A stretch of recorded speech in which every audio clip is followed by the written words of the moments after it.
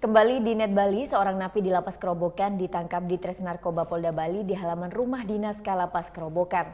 Napi yang akan bebas beberapa waktu lagi itu ditangkap lagi karena bertransaksi narkoba kembali.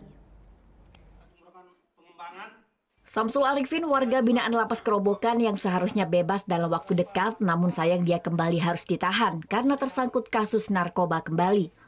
Dia diamankan petugas di Tres Narkoba di halaman rumah dinas Kalapas Kerobokan pada Jumat 14 September 2018.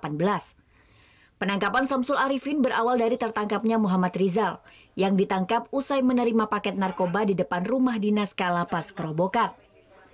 Samsul Arifin yang saat itu sedang bersih-bersih di halaman Kalapas Kerobokan melemparkan paket narkoba ke dalam mobil yang dikendarai oleh tersangka Muhammad Rizal. Petugas yang sudah membuntuti tersangka kemudian melakukan penangkapan dan penggeledahan di mobil tersangka. Anggota kami curiga terhadap kegiatan gerak-gerik daripada supir ini akhirnya ditekati. Kemudian langsung dilakukan penggeledahan, ditemukan di dalam mobil itu sebanyak 200 pil ekstasi dan kemudian di dalam mobil itu ditemukan paket yang diambil tadi kemungkinan setelah dicek berisi apel dan di dalamnya berisi ganja. Petugas juga berhasil mengamankan 500 gram paket sabu di kamar kos tersangka. Paket narkoba tersebut rencananya akan diedarkan oleh tersangka Muhammad Rizal dengan imbalan Rp50.000 untuk sekali tempel. Petugas kini masih mendalami kasus ini untuk mengungkap tersangka lainnya. Sementara kedua orang ini kini terancam hukuman maksimal 20 tahun penjara.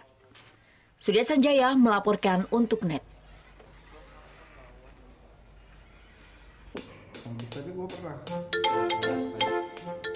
Nah, udah kan untuk beritanya? Jangan lupa di-subscribe, di-like, dan juga di-komen ya akun YouTube dari Net Bali. Terima kasih udah subscribe. Yang belum, jangan sampai lupa. Di sebelah sini nih.